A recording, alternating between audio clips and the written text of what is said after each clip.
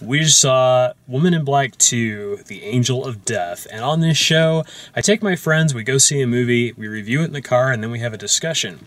The review part is spoiler-free, so if you're looking for a recommendation or on the fence trying to decide if this is the movie for you, you can watch that part and find out whether we think you'd like it or not. And if you've already seen the movie or don't care to and just want to know everything we thought, which may include plot spoilers, watch the whole video and we'll get into that discussion. So this is a sequel to the Daniel Radcliffe starring movie from a couple years ago, Woman in Black. It was one of the first Hammer horror movies when they picked it back up. It's actually the first Hammer sequel since 1974. And I hadn't actually seen the first one until a couple of days ago, and I watched it just to, have some idea of what this was going to be like. Because we're basically seeing all the movies now. And the first one I actually thought was pretty decent. I was kind of pleasantly surprised by it. This one is not nearly as good. It's not the worst in horror. It's not Annabelle. It's not The Quiet Ones. It's not just an absolute modern horror disaster. But it's really a failed... it really gives up all of the potential that a sequel for that other movie could be. Chock full of stupid jump scares. That's really like the main tactic used throughout the movie. Really disappointing that they went that direction. This one takes place during World War II, and they kind of use that as an excuse for why they're going back to the house or why they're using the house. There's a lot more characters in this one. It's not just Daniel Radcliffe wandering the house by himself. It's basically two women and a bunch of children that have gone to seek refuge to get away from the bombings in London. And spooky things start happening almost immediately, things that they should run away from, and they don't, and then eventually they, it gets to a point where you just don't care. There's so many stupid, jump scare moments. There's so many things that almost detract from the first one, in that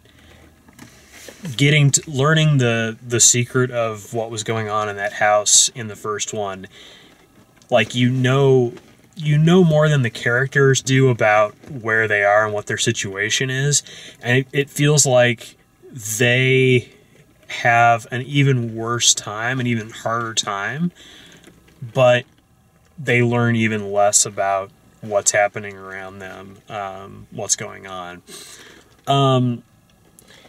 If you're a diehard horror fan, I guess maybe check it out when it comes out as a rental.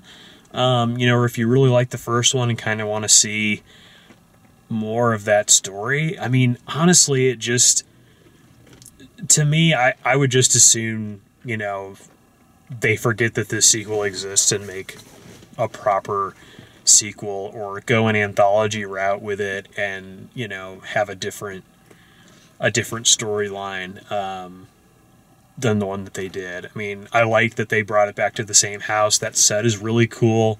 The look of the film is very nice. It looks a lot like the first one.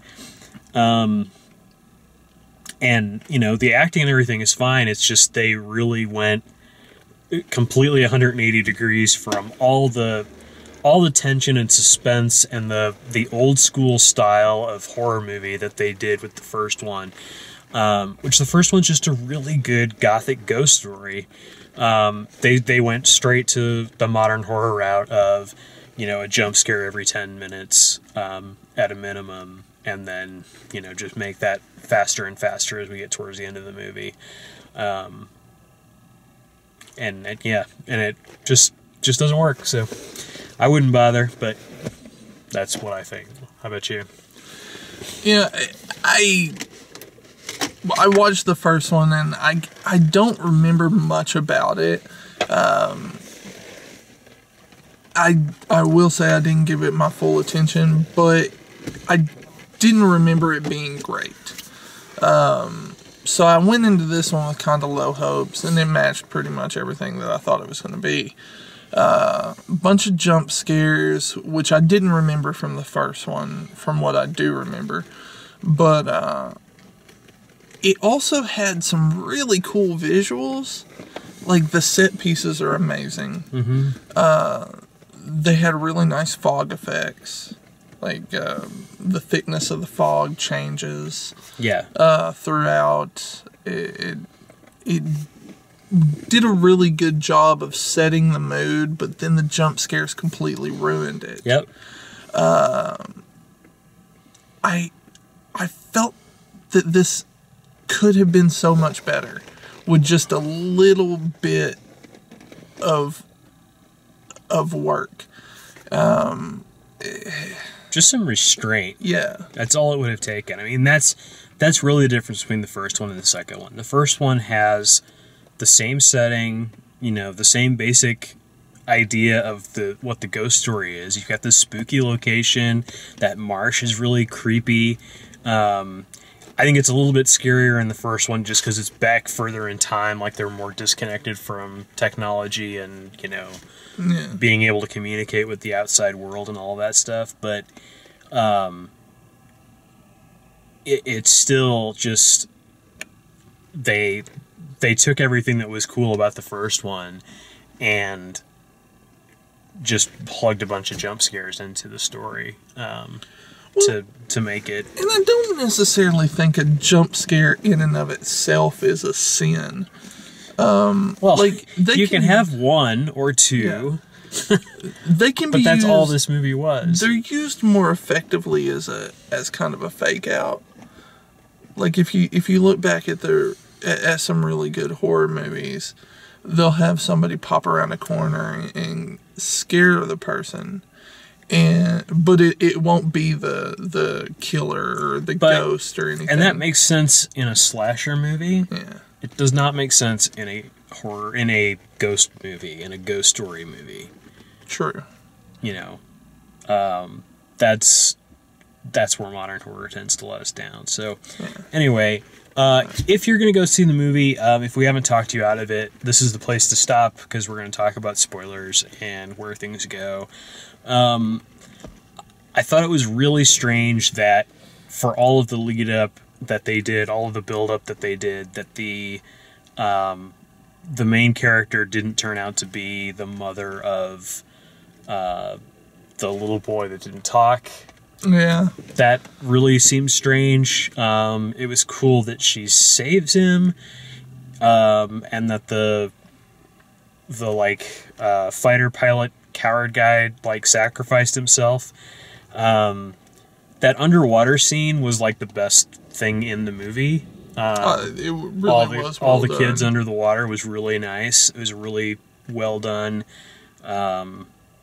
sequence, and it points back to what was so great about the first one, which was, once you were in the haunted world, once you were in the bad place, it didn't shy away from things. It wasn't gonna, keep trying to spook you into another hand pops out here. It's no, you can see exactly what's happening, and it's ambling toward you slowly. And the strongest scenes of this movie were that when that guy chases her off and you see the light hit the moonlight hit him finally, and he's walking towards he's blind, but he's being led by ghost children. Mm-hmm. I thought that was really cool. It was very creepy. Yeah. And those scenes are this movie's strength, but they completely waste that in the very next scene. Yeah. And they have the, you have the sort of the sick fascination thing where you have in a sequel where you're sending people into a situation where you know the rules and you know what's going to happen to them. Yeah. And in this movie, it's two women that don't know what they're getting into and a bunch of kids. And that already kind of feels like kind of yucky. Like, I don't really want to watch a bunch of kids get slaughtered. Like, Yeah. I don't want to watch a bunch of orphans who were like running from the war to get slaughtered in this house.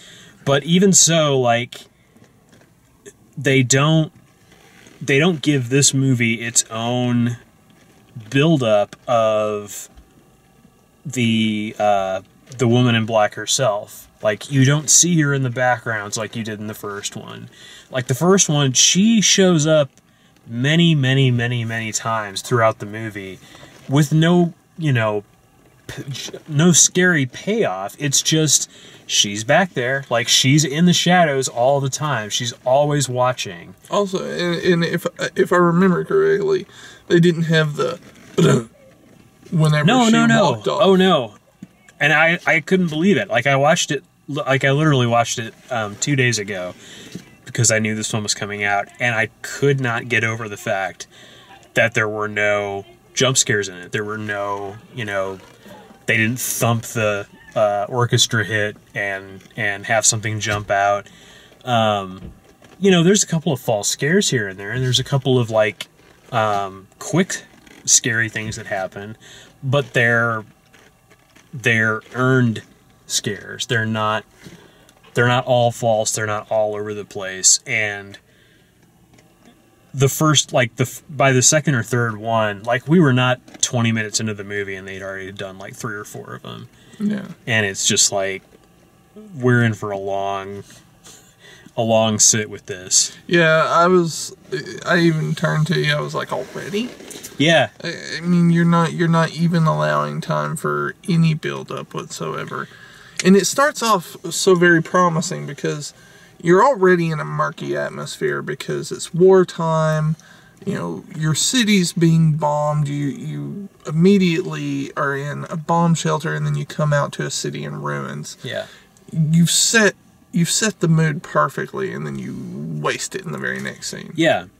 And the first one, it's him reading through all these documents and figuring out what happened in the story. Because, like, no one will tell him what happened and why they're afraid of the house. So, with this one, there's very little of that going on. Like, she finds the one letter that's the letter that he's supposed to get when he's old enough to find out who his mom is. And there's so many weird, like, strange storytelling decisions. They introduced that, like, sailor doll, that, like, Pillsbury Doughman looking guy. Yeah, and I think that was just there to be creepy. Well, and it was also there to tell you when she was influencing something, or Yeah. it gave her the ability, and, like, I don't know, because the first one really just takes place in the Eel Marsh house and the town adjoining it, but I don't remember her just, like, showing up wherever she wanted to. Like, her showing up, to do things at the bunker, or showing up to do things other places, you didn't really see. Yeah, she never attached herself to anyone. But I guess, by having the sailor doll there, I don't know, I guess it gave her agency there. Well, I think that's what they were implying with it. And that just seemed kind of cheap. Yeah, it was just kind of a silly thing to add on to it. I mean, and for a sequel, and you also expect kind of like that the body count would go up. There's less people that die in this movie than in the first movie. Here's the beauty of old school horror movies and most ghost stories in general. Isolation. Typically the characters are very isolated. Like in the first one, it's Daniel Radcliffe. Right. That's it. This one, I think, suffered from the sheer number of people in the house. That was part of the problem for sure. And the other part of the problem was that was...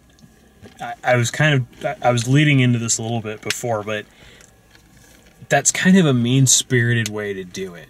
Like, it's one thing to have a crowd in a horror movie, because you're basically saying up front, we're making a slasher movie, when you add all those bodies like that. But they didn't go the slasher route completely, because they didn't kill a bunch of people. And there also wasn't much blood, like a little trickle out of that girl's nose. But there's no, like... There's no audience that wants to see, like, a whole room full of kids get killed. And that's kind of what they were setting up with this movie. Like, versus, like, Daniel Radcliffe is... It's his own fault if he gets killed, you know, messing around in that house. True. There's just a level of... mean-spiritedness around shoving these children into the same situation that... Yeah, like, they might as well have put them in red shirts. Yeah, exactly. You clearly knew that I was like, well, these kids are all fodder. Right. Especially if they were mean to the quiet kid, or if they were, you know... Oh, yeah, and... Like, that's another... You're the next to die. That's another thing. You know, they could... I would have really enjoyed this as an anthology. Like, I think one thing that would have made this better is not have the house be haunted at all and have the kid be doing the murders. Like, I think that would have been amazing, because it was all the kids that were mean to him that got it. The kid that stole his drawing. You know, you never see him get his drawing back, but all of a sudden he has it. Yeah. That would have been a good explanation. Well, and if they had just taken their time to reveal that the woman in black was behind it, like, they could have made a case for the first half of the movie that maybe it is this kid going crazy. Yeah. You know, maybe it is this kid doing the killing, and then bam. And maybe it really was him, and yeah, we're trying to write a better movie. That's how bad this was. One thing I didn't understand, and this again goes back to writing. In the very first time he comes across a woman in black, he's not scared. Second time he is. Third time he's not. It's like, what's going on? Is he scared? Is the woman in black, you know, taking care of this kid, kind of protecting him? Well, they didn't do a good job of really... Again, it's stuff that... Because I watched the first one so recently, they didn't establish very well within this movie by itself what she can do. Yeah. And one of the things that she can do is, like, entrance children and make them do whatever she wants them to do. So in a scene where he's not scared, she's in control. In a scene where he is scared, she's not in control. He is in control of himself. And he's scared. You know, if the kids are just standing around staring blankly in front of them, they're under her power. And they did not do a good job of explaining that in this movie. They just had scenes where sometimes the kids were scared and sometimes the kids were just, you know, the girl's wrapping yarn around her neck. Yeah, that was... Exactly. Yeah. Well, anyway, I hope you liked the review. Even if you don't like the movie, we sure didn't. If you like the way we do these, please like the video, subscribe, check out all the written and video reviews at DaleMaxfield.com, and thanks for watching.